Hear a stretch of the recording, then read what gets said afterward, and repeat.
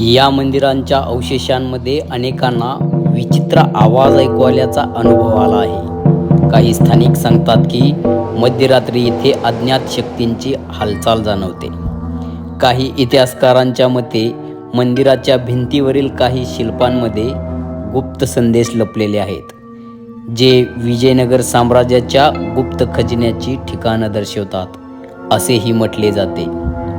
ही कलाकृती 1529 मध्ये राजा अच्युत देवरायानं बांधली. पण हे मंदिर केवळ एक धार्मिक स्थळ नाही, येथे असे काही गूढ संकेत आहेत जे इतिहासाच्या पानात हरवले आहेत.